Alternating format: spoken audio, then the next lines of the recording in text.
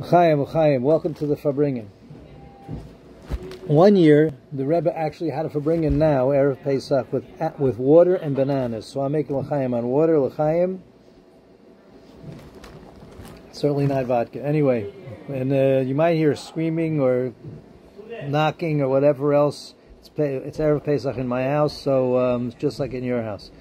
Anyway, Pesach is an explosion of good, and especially today, we need more good explosions as opposed to the other types of explosions.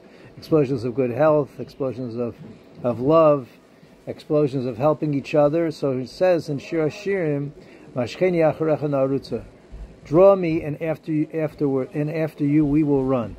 In other words, God draws us out of Egypt. The Jews in Egypt were not great tzaddikim.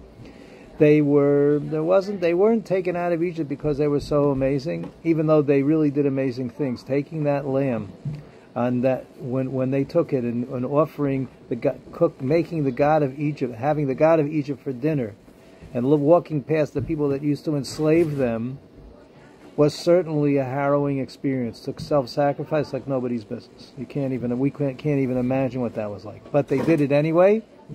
But even with all that, God took us out of Egypt because He chose the Jewish people and He chose each one of us, and each one of us is being given a lift and a blessing during Pesach, which has an effect on us the whole year, and it is the beginning of a blessing which results. So the question is really: you start off with Pesach, and you start off with this. This is the bread of affliction which our forefathers ate in the land of Egypt. So how come you start off with that? What's the story with that? The story with that is really what that does. It answers a whole bunch of questions, and the main questions are: listen, God took the Jewish people out of Egypt. Couldn't He have done a better job?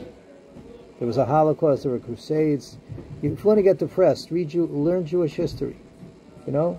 Not only that, but it says God took us out of Rechush Gadol with great wealth. Well, we start off the Seder saying all that are hungry come and eat, all that are needy come and make Pesach. There's lots of people that don't have any of that Rechush Gadol and that great wealth anymore.